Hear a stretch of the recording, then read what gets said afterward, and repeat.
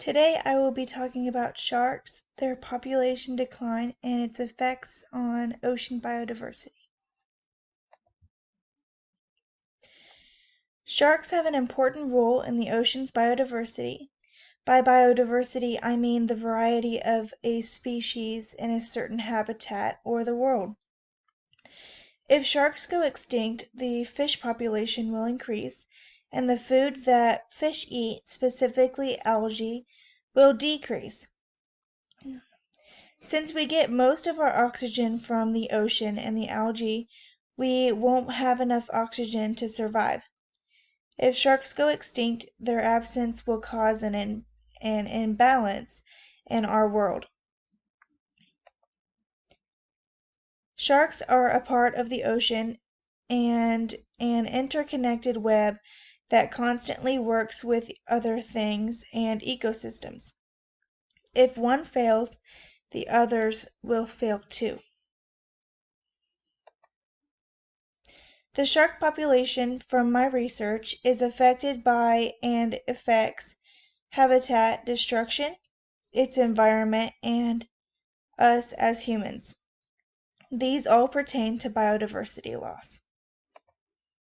For example, biodiversity loss is commonly connected with overfishing, which leads to, as I mentioned before, a rise in fish population and decrease in algae and predators. These factors connect to habitat destruction and human factors, which you will see in my framework later on in this presentation. So what can we do? I would suggest that we as individuals switch to more eco-friendly products to help cut back on harmful pollution. You may also talk with your local conservation department on what is being done to help protect the local wildlife or what should be done about it. This is my ecological framework that describes the relationship sharks have with biodiversity loss, habitat destruction, environmental issues, and us as humans. Notice that there are arrows facing both ways, meaning that they all have an impact on one another. Like biodiversity loss has an impact on the rise in fish population, and habitat destruction also has an impact on fish population, and so on and so forth.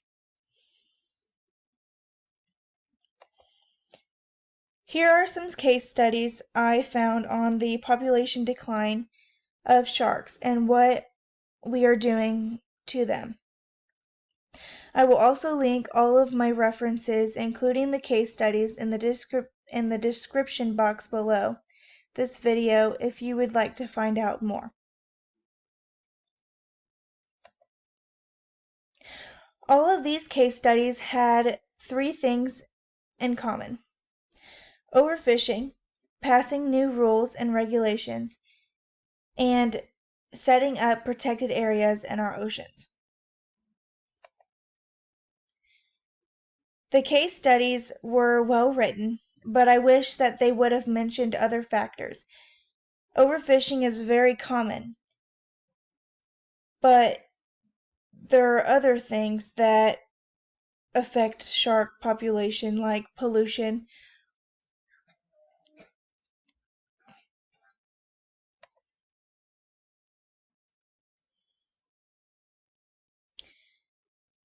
we should set up new laws and regulations for fishing and set up protected areas for marine life. I do agree that that was a good observation from the case studies I found. I think we should also take into consider the amount of pollution that we put into the ocean and come up with new ways to help manage the waste.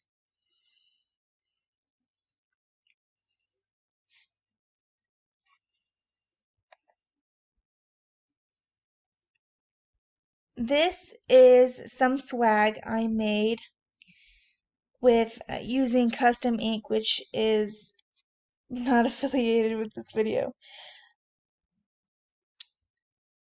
It's a t-shirt design that I made that is meant to be informative about what is happening to sharks. And I think that when people see the shirt, they can come up with their own ideas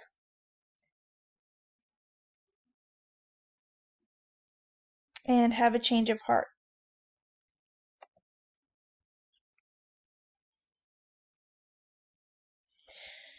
So, what role should we play for the future?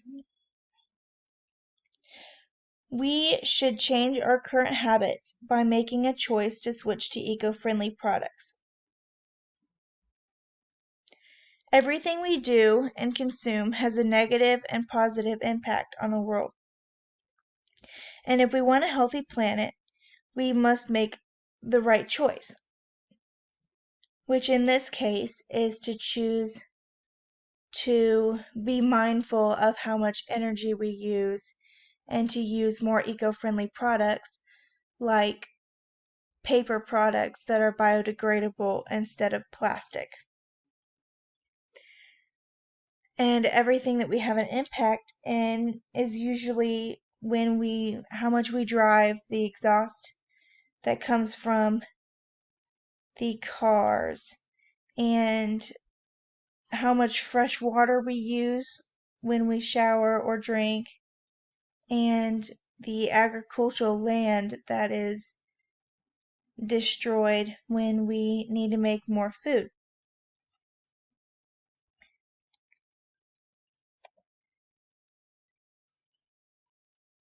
Thank you so much for watching this video. I hope that it was informative and you learned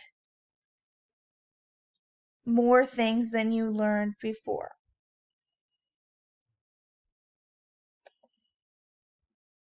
Here are some of my references I used to conduct this presentation. And these are the case studies, which I will also put down at the end of this video.